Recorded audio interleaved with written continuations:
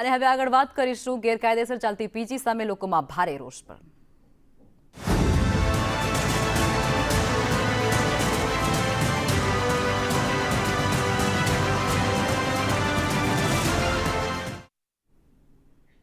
અમદાવાદમાં વધુ એક સોસાયટીમાં પીજીને લઈ અને બબાલ થઈ છે, જેમાં બોડકદેવની પ્રેમચંદ નગર પીજીને લઈ અને સ્થાનિકોમાં ભારોભાર રોષ જોવા મળી રહ્યો છે।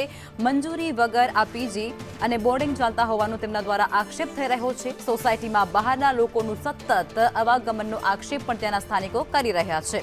સ્થાનિકોની સુરક્ષા ન જળવાતી હોવાના પણ આક્ષેપો ત્યાં થઈ રહ્યા છે। રહેણાંક વિસ્તારમાં કોમર્શિયલ પ્રવૃત્તિનો આક્ષેપ થઈ રહ્યો છે અને પીજીમાં રહેતા લોકોનું વેરિફિકેશન પણ ન કરતા હોવાનું પણ આક્ષેપ થઈ રહ્યો છે। ફાયર સેફટીના કાયદાનું પણ અહીં પાલન નથી થતો। આ સાથે જ પીજીને કારણે પાર્કિંગની વ્યવસ્થા પણ જે છે તે ખોરવાઈ જતી હોય છે તેવું સ્થાનિકો દ્વારા કહેવાઈ રહ્યું છે। પીજીને કારણે સોસાયટીમાં ન્યુસેન્સ થઈ રહ્યા છે। પીજી બંધ કરવા માટે કહીએ તો મારવાની ધમકીઓ આપતા હોવાના પણ આક્ષેપો ત્યારે આ જે સોસાયટી છે તેના સ્થાનિક લોકો કરી રહ્યા છે।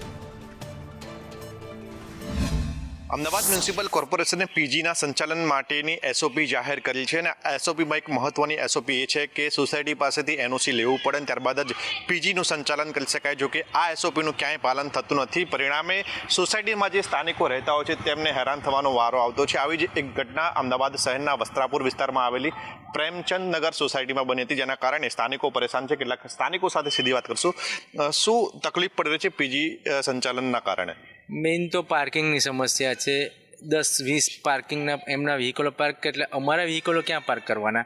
પ્લસ એ ઇનલીગલ રહે છે અને છતાં બી મારીને ધમકીઓ આલે છે કે અમે તમને મારીશું અને ખોટા કેસમાં ફસાઈ દઈશું। આ રીતે ગઈકાલે રાત્રે જે માથાકૂટ હતી, શું માથાકૂટ હતી અને કેવી રીતે પોલીસ દ્વારા કાર્યવાહી કરવામાં આવી? એટલે એમાં માથાકૂટમાં એવું થયું હતું કે કાલે આ તેજસભાઈ સાથે એમની ગાડીના પાર્કિંગ મુદ્દે માથાકૂટ થઈ હતી। એકચ્યુઅલી આ જે મકાન સામે આપ જોઈ રહ્યા છો, આ મકાનની અંદર 20થી ઉપર છોકરીઓ રહે છે અને જેના પોતાના વ્હીકલો હોય છે, બરાબર। અને એના હિસાબે અમારા સોસાયટીના રહીશોનું પાર્કિંગ થઈ શકતું નથી અને એ બાબતે ચર્ચા થઈ હતી અને એમાં ઝઘડો થયો હતો અને એ સામેવાળાએ પીજીવાળાએ એવું અમને ધમકી આપી હતી આપ તેજસભાઈને કે મારવા આવ્યા હતા અને કે અમારું તો મોટું એસોસિએશન છે, 138 મેમ્બર છે અમારા એસોસિએશનના, તમે અમારું કશું બગાડી શકશો નહીં।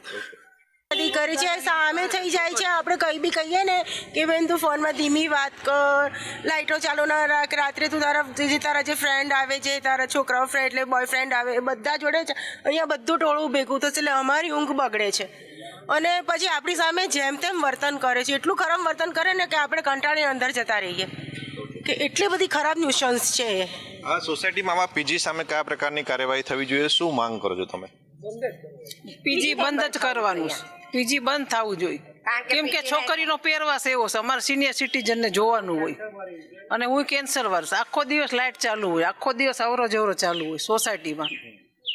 રાત્રે બેન કયા પ્રકારની તકલીફ પડતી હોય છે, ખાસ તો જ્યારે આ પીજી અહીંયા ચાલતું હોય? એક તો છોકરાઓ રમતા હોય ને તો છોકરા રમી નથી શકતા, એટલે વ્હીકલ નીકળતા છે ને હોર્ન મારી નીકળતા છે, એટલે આપણે એમ અવાજના હિસાબે ડિસ્ટર્બ થઈએ અને પાર્કિંગ મૂકવાની અમારે વ્યવસ્થા નથી। કોઈ રાતે એમ્બ્યુલન્સ બોલાવી તો પણ અમે બોલાવી નથી શકતા અને પાણીનો ગટરનો બધો પ્રશ્ન થાય છે। એ લોકોને એક ઘરમાં 20થી 25 જણા રહે એટલે અમારે પાણી ઓછું આવે। સ્થાનિકો તેમજ સિનિયર સિટીઝનો ખૂબ જ પરેશાન છે। તેઓ માંગ કર્યા છે કે અમદાવાદ મ્યુનિસિપલ કોર્પોરેશન તેમજ સ્થાનિક પોલીસમાં જે રજૂઆતો કરવામાં આવી છે પીજી બંધ કરવા માટેની, તેના ઉપર નક્કર કાર્યવાહી કરવામાં આવે, જેથી કરીને સ્થાનિકો શાંતિપૂર્ણ રીતે સોસાયટીમાં રહી શકે। કેમેરા પર્સન પુખરાજ શર્મા સાથે પ્રતીક જાદવ।